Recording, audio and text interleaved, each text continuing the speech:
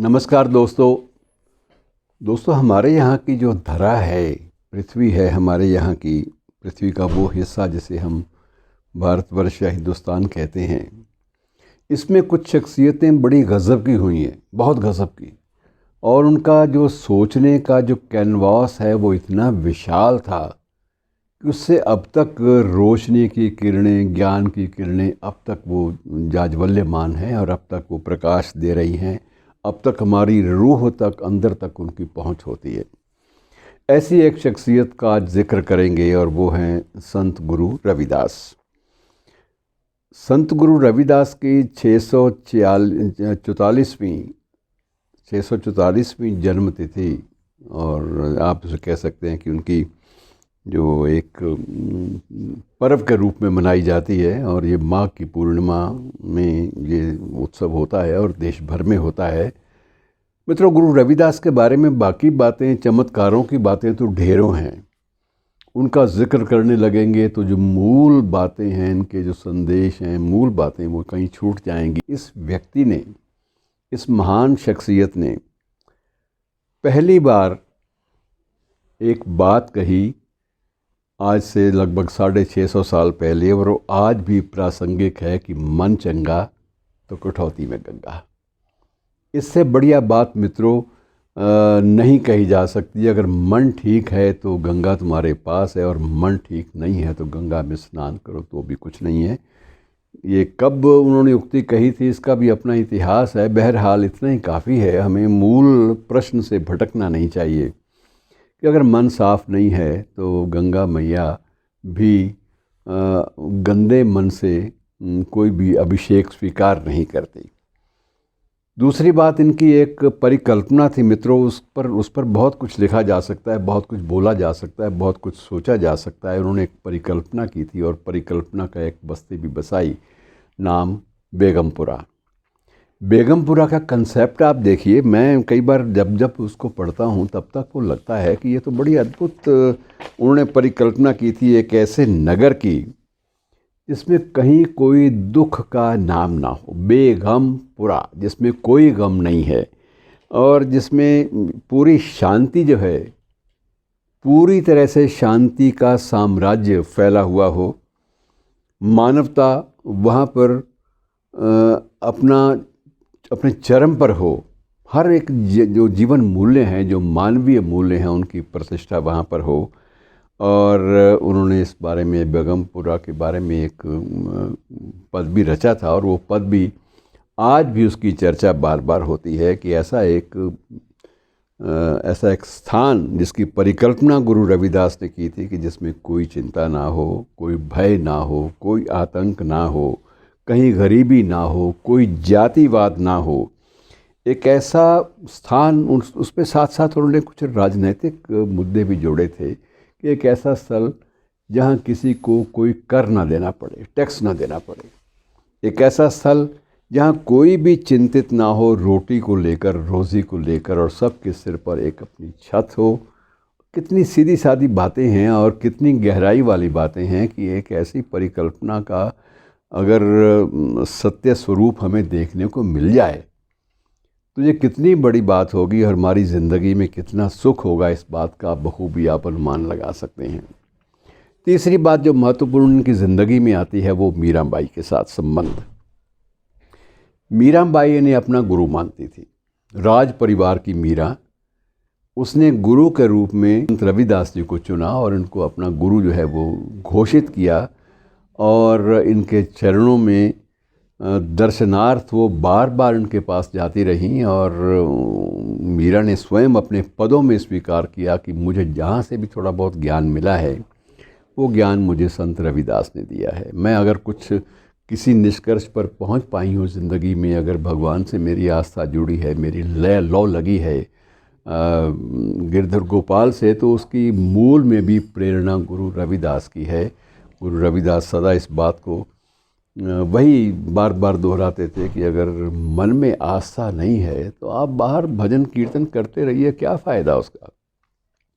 लेकिन मीरा ने जो भी लिखा अक्सर ये कहा जाता है कि वो संत रविदास जी के चरणों में पहले जाके रख देती है। जब संत रविदास जी उसको हाथ लगा देते, पढ़ने के बाद अपनी सहमति देते, तो उसके बाद मीराबाई उनको गाना शुरू करती, उनको उनकी धुन बनाती है और उसके बाद उसका भजन कीर्तन और अपनी भक्ति भाव में लीन होने की जो उसकी जो एक प्रवृत्ति थी उसको उभार के सामने ले आती।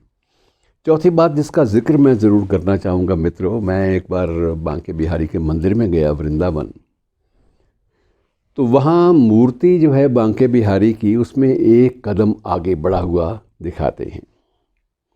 मैंने एक दिन मुख्य पुजारी जो वहाँ के गोस्वामी परिवार के थे उनसे पूछ लिया कि महाराज ये कदम कृष्ण जी का आगे क्यों बढ़ा हुआ है। और दूसरी वहाँ पर परंपरा है बांके बिहारी के मंदिर में कि बार बार पर्दा जो है मूर्ति के सामने लाया जाता है, बार बार हटाया जाता है।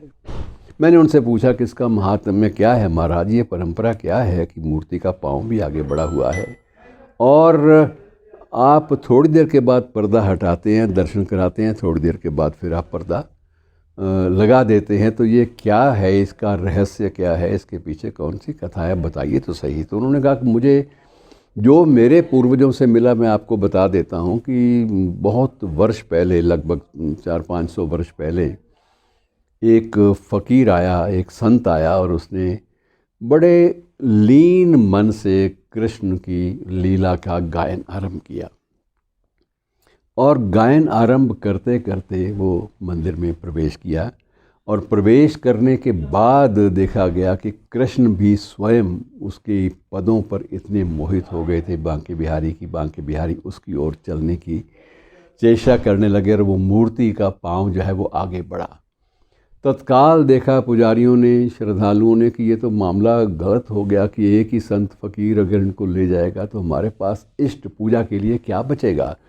पर्दा लगा दिया गया और तब के बाद ये मान्यता हो गई कि ये कृष्ण बहुत भोला है, इसको जो प्रेम से देख ले ये उसके पीछे हो लेता है। और मित्रों इसी संदर्भ में मैं कबीर पर आऊँगा, लेकिन बाद में पहली बात यह है कि वो इतनी भक्ति जो थी इनमें ज़्यादा थी कि वो कृष्ण की मूर्ति प्रतिमा जो थी वो भी आगे बढ़नी आरंभ हो गई।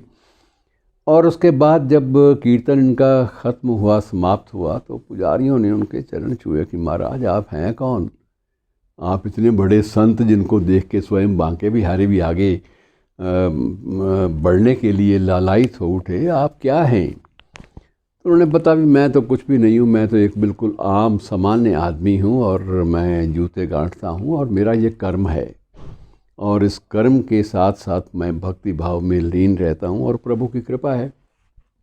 अब वो जब उन कट्टरपंथियों ने, पुजारियों ने ये सुना तो उसके बाद कोड़ों से उनकी पिटाई की गई कि तुम्हारा ये साहस कैसे हुआ कि तुम एक नीची जाति के होते हुए भी तुम मंदिर में प्रवेश कर गए और उनको अधमरी स्थिति में, घायल अवस्था में मंदिर के बाहर उनको फेंका। बाद में मंदिर को पूरी तरह साफ़ कर दिया गया। और मित्रों उस वक्त ये जो किंवदंती है, मैं इसे कोई ऐतिहासिक प्रमाण के रूप में प्रस्तुत नहीं कर रहा, लेकिन इसका एक संदेश है, इसलिए मैं इसका आपको जिक्र ज़रूर कर रहा हूँ।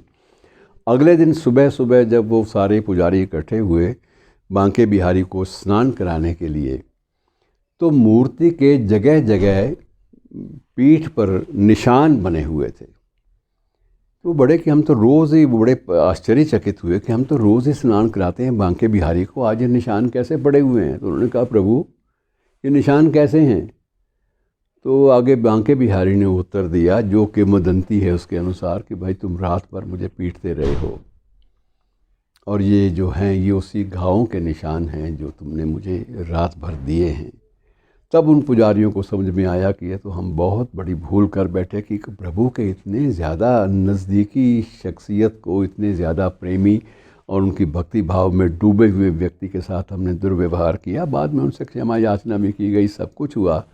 लेकिन ये एक कहानी दो तरह से संदेश देती है कि एक तो ये है कि जब प्रभु के दरबार में, बांके बिहारी के दरबार में कोई जाति और किसी प्रकार का जो भेदभाव है वो नहीं चलता। दूसरी ये भी है कि स्वयं ईश्वर भी इन चीज़ों में विश्वास नहीं करते जिन चीज़ों में विश्वास करने के बाद हमने अपनी ज़िंदगी को भी बिगाड़ा और अपनी पूरी की पूरी पीढ़ियों में भी एक विष का संचरण किया, जहर का संचरण किया। तो ये एक संदेश है, इसलिए मैंने आपको जिक्र किया है। इसी संदर्भ में लोग कोट भी करते हैं कबीर दास जी का दोहा कि कबीरा मन निर्मल भया, कि कबीरा मन निर्मल भया जैसे गंगा नीर। कबीरा मन निर्मल भया जैसे गंगा नीर, कि पीछे पीछे हरि फिरे कहत कबीर कबीर। तो ये स्थिति होती है जो संत रविदास की थी। को इतने भक्ति भाव में, भक्ति आंदोलन में लीन थे कि स्वयं प्रभु भी उनको नमन करते थे और उनका सम्मान करते थे। ये बहुत बड़ी बात है मित्रों। ये कुछ एक प्रसंग हैं जिनके माध्यम से हमने भक्ति आंदोलन के इस सशक्त हस्ताक्षर के बारे में कुछ जानकारियाँ बांटी, और ये इन्हीं के गुणों का ये एक प्रताप था कि इनके बहुत सारे पद जो हैं वो पवित्र श्री गुरु ग्रंथ साहब में भी शामिल बड़ी श्रद्धा के साथ किए गए थे। और आज भी गुरु ग्रंथ साहब की वाणी का जब भी पाठ होता है, उस वाणी का, तो गुरु रविदास के जो पद हैं वो बड़े लीन भाव से गाए जाते हैं, रागबद्ध हैं और उनमें अपना एक रस है मित्रों। ऐसी महान शख्सियत को नमन, उनकी जन्मतिथि के अवसर पर, और कुछ उनसे सीख सकें तो बड़ी अच्छी बात है। बनाइए बेगमपुरा एक ऐसा जो उनका संदेश था। शुक्रिया दोस्तों।